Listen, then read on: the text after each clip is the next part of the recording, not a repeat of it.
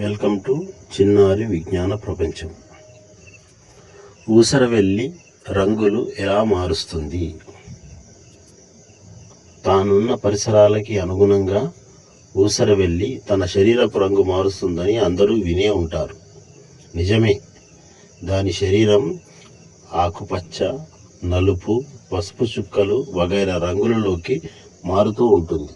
అయితే అది తన రంగును ఎలా మార్చగలుగుతుంది, ఎందుకు మారుస్తుంది, ఇవన్నీ విషయాలు మనం తెలుసుకుందాం. అసలు అత్యంత ఆశ్చర్యకరమైన సంగతి ఏమిటంటే, పరిసరాల రంగుల మార్పుల వల్ల ఊసరవెల్లి శరీరపు రంగు మారదు. అది కావాలని తన శరీరపు రంగును మార్చుకోదు. రంగులు వాటంతటవే మారుతాయి.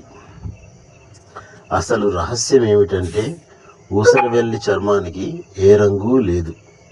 అది గాజులాగా పారదర్శకమైనది.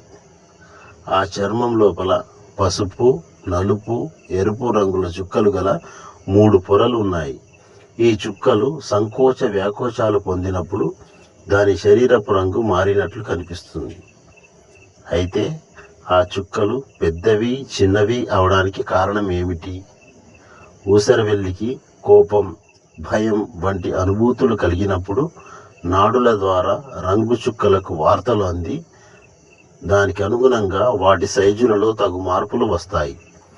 దానికి కోపం వచ్చినప్పుడు రంగులు చిక్కబడతాయి.